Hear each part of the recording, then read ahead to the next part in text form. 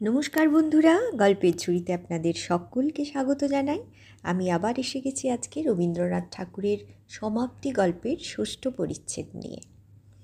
তো শুরু করা যাক।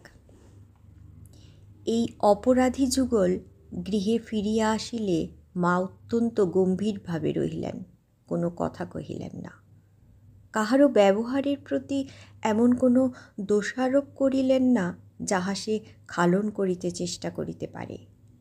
এই নীরব অভিযোগ, নিস্তব্ধ অভিমান লৌহভারের মতো সমস্ত ঘরকন্যার উপর অটলভাবে চাপিয়া রহিল। অবশেষে অসহ্য হইয়া উঠিলে অপূর্ব আসিয়া কহিল, মা, কলেজ খুলেছে, এখন আমাকে আইন পড়তে যেতে হবে। মা উদাসীনভাবে কহিলেন, বউয়ের কি করবে? অপূর্ব কহিল, বউ এখানেই থাক। মা কহিলেন, না বাবু, কাজ নাই, তুমি তাকে তোমার সঙ্গেই নিয়ে যাও। সচরাচর মা অপূর্বকে তুই সম্ভাষণ করিয়া থাকেন। অপূর্ব অভিমান ক্ষুণ্ণ স্বরে কহিল, আচ্ছা। কলিকাতা যাইবার আয়োজন পড়িয়া গেল। যাইবার আগের রাত্রে অপূর্ব বিছানায় আসিয়া দেখিল মৃন্ময়ী কাঁদিতেছে। হঠাৎ তাহার মনে আঘাত লাগিল। বিষণ্ণ কণ্ঠে কহিল, মৃন্ময়ী, আমার সঙ্গে কলকাতায় যেতে তোমার ইচ্ছে করছে না? মৃন্ময়ী কহিল, না। অপূর্ব জিজ্ঞাসা করল, তুমি আমাকে ভালোবাসো না? এই প্রশ্নের কোনো উত্তর পাইল না। অনেক সময় এই প্রশ্নটির উত্তর অতিশয় সহজ, কিন্তু আবার এক এক সময় ইহার মধ্যে মনস্তত্ত্ব ঘটিত এত জটিলতর সংসর্গ থাকে যে বালিকার নিকট হইতে তাহার উত্তর প্রত্যাশা করা যায় না। অপূর্ব প্রশ্ন করিল, রাখালকে ছেড়ে যেতে তোমার মন কেমন করছে? মৃন্ময়ী অনায়াসে উত্তর করিল, হ্যাঁ।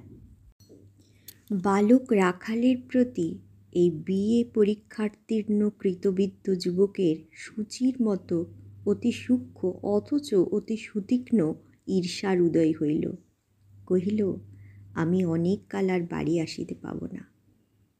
এই সংবাদ সম্বন্ধে মৃন্ময়ীর কোনো বক্তব্য ছিল না। বোধহয় 2 বৎসর কিংবা তারও বেশি হতে পারে।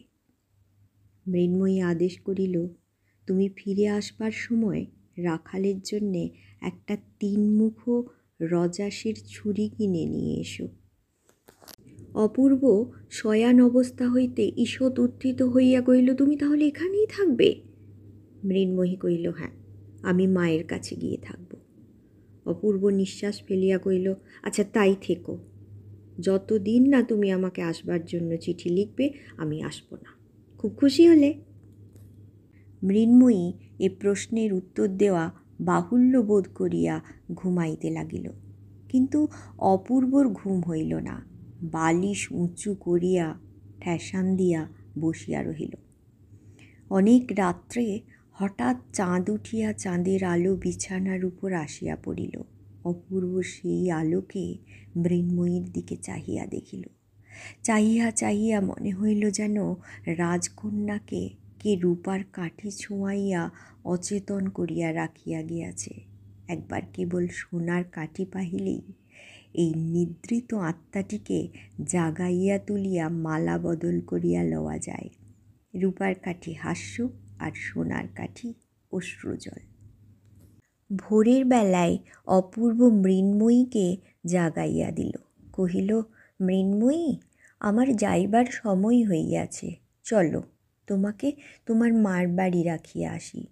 মৃন্ময়ী শয্যা ত্যাগ করিয়া উঠিয়া দাঁড়াইলে অপূর্ব তাহার 2 হাত ধরিয়া কহিল, এখন আমার একটি প্রার্থনা আছে। আমি অনেক সময় তোমার অনেক সাহায্য করিয়াছি, আর যাইবার সময় তাহার একটি পুরস্কার দিবে? মৃন্ময়ী বিস্মিত হইয়া কহিল, কি? অপূর্ব কহিল, তুমি ইচ্ছা করিয়া ভালোবাসিয়া আমাকে একটি চুম্বন দাও।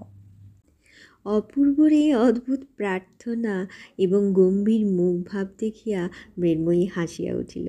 হাস্য সম্বরণ করিয়া মুখ বাড়াইয়া চুম্বন করিতে উদ্যত হইল, কাছাকাছি গিয়া আর পারিল না, খিলখিল করিয়া হাসিয়া উঠিল।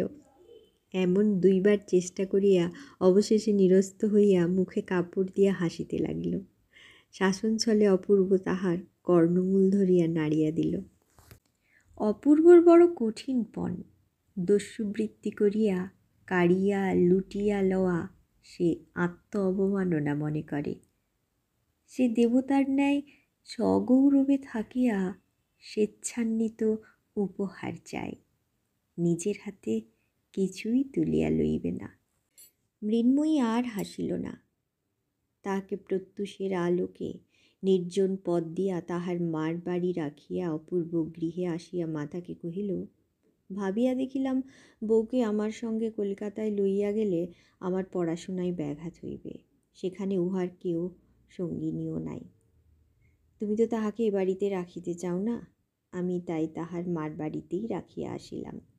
সুগভীর অভিমানের মধ্যে মাতা পুত্রের বিচ্ছেদ হইল।